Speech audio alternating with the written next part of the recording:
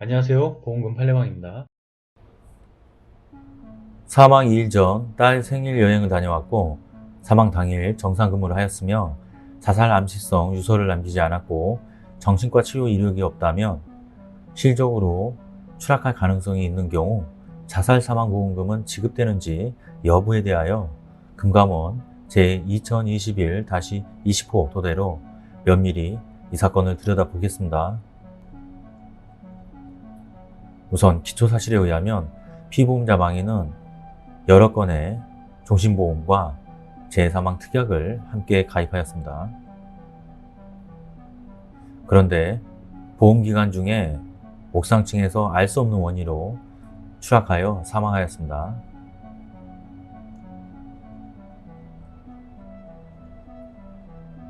위원회의 판단, 쟁점가, 피보험자의 사망을 보험사고로 하는 보험계약에서 고의사고와 관련한 입증 책임 여부.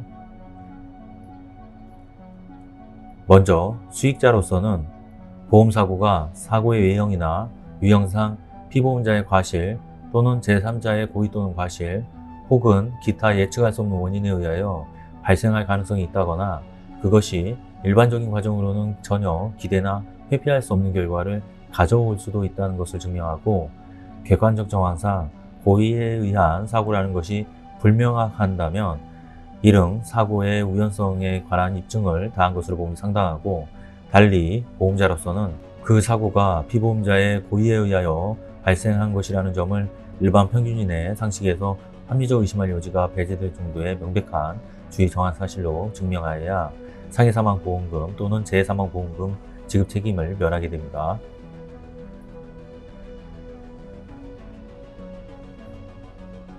쟁점나 이 사건에서 피보험자가 고의로 자신을 해친 경우에 해당하는지 여부. 신청인에 의하여 이 사건에서 사고의 우연성에 대한 입증 여부. 망인은 2018년 말부터 회사에 출근하지 않고 나한증병을 앓고 있는 아내를 간병하였으며 사망 이틀 전에는 딸의 생일 기념 여행을 다녀왔고, 요양급여 내역서에 의하면 정신과 병력 치료가 전혀 없으며 자살 암시성 유서나 기타 신변을 정리한 정황이 없으며 가족 간 생전에 원만한 관계를 유지하였습니다. 이 사건 보험사고의 현장 사진을 보면 난간적으로 접근하는 것 자체가 불가능한 상황이 아니고 발을 딛고 올라가기 충분할 정도로 높이는 낮고 시래기 위에 올라갔을 경우 당시 비가 내리고 있었으므로 미끄러운 시래기 표면에 실속할 가능성을 배제하기 어렵습니다. 이 사건 보험사고가 피보험자의 고의에 의하여 발생한 것인지 여부. 경찰 1차 조사 과정에서 형은 가족들이 정신과 치료를 권유한 적이 있고 자살 관련 검색 기록이 있으며 사망 전날에는 죽고 싶다는 말을 하였다라고 진술한 점. 그러나 형의 진술이 뒷받침할 수 있는 증거들이 존재하지 않고 오히려 2차 조사 과정에서 형은 자살했다고 생각하지 않고 사고 당일 비가 내렸기 때문에 그로 인하여 실족할 가능성이 있다고 진술하였고, 아내인 신청인도 다른 사업을 잘 진행했었고 정신과 진료를 고려한 적이 없다라고 진술하였습니다. 위원회가 판단하건대 답답한 마음에 시야가 더 확보되는 위치에서 난간 밖을 보기 위해서 시래기를 밟고 올라갈 가능성을 배제하기 어렵고 자살을 추정케 하는 다른 유력한 정황이 보이지 않는다는 점에서 옥상 난간에 시래기를 밟고 올라갔다는 사정만으로 이 사건 보험사고가 피보험자의 고의에 의하여 발생한 사고임이 명백히 입증되었다고 보기는 어렵고 달리 이를 인정할 증거는 없습니다. 그러므로 피보험자가 우연한 외래의 사고로 추락하여 사망하였을 개연성을 배제하기 어렵고 이 사건 보험사고가 피보험자의 고의에 의하여 발생한 것이라는 점에 대하여 합리적 의심할 여지가 없을 정도로 완벽히 증명되었다고 보기는 어렵습니다. 결론적으로 피신청인들은 신청인에게 일반 사망보험금 및 재사망보험금을 지급할 책임이 있습니다. 주요 각주.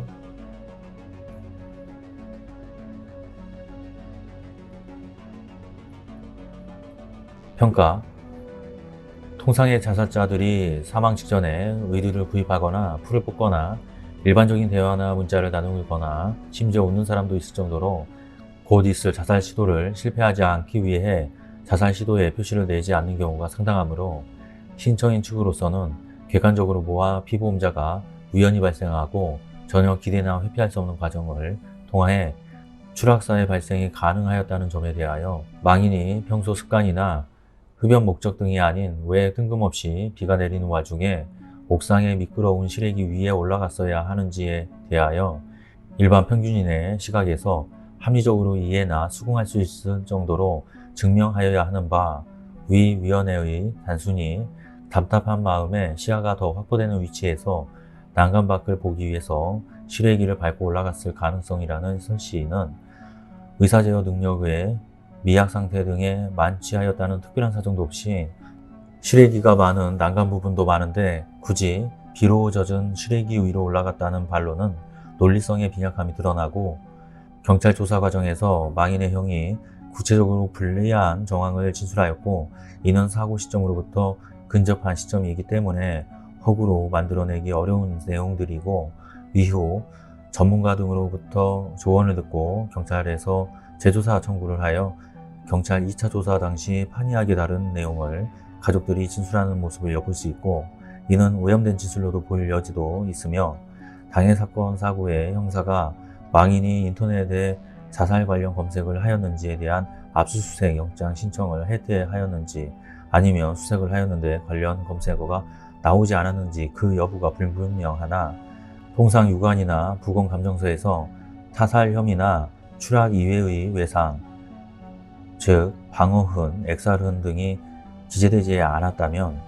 형사로서는 신변비관 자살로 추정하여 불필요한 수사를 하지 않는다는 점에서 어느 정도 이해가 되기는 하나 위와 같이 정반대적인 자살은 절대 아니고 비에 미끄러져 추락할 가능성이 있고 다른 사업을 잘 진행하였고 정신과 치료 고려한 적도 없다는 내용의 재조사의 진술들과 가족이 아닌 타인들의 객관적인 진술이 전혀 없다는 점 등에서 필자는 전국적으로 위 위원회의 판단에 상당한 의문을 제기하지만 당해 사건 사고에 대하여 필자는 2시간 동안 고민하여 끝내 아래 유튜브 보험금 판례왕 446회 관련 사례와 달리 망인의 자살함 시 문자나 상습적인 자살 언동이 없으며 주변인의 허구적인 진술이 없었던 점을 감안하여 조정래 지적 대상이 아닌 것으로 결정하였으나 그렇다고 하여 객관적으로 모아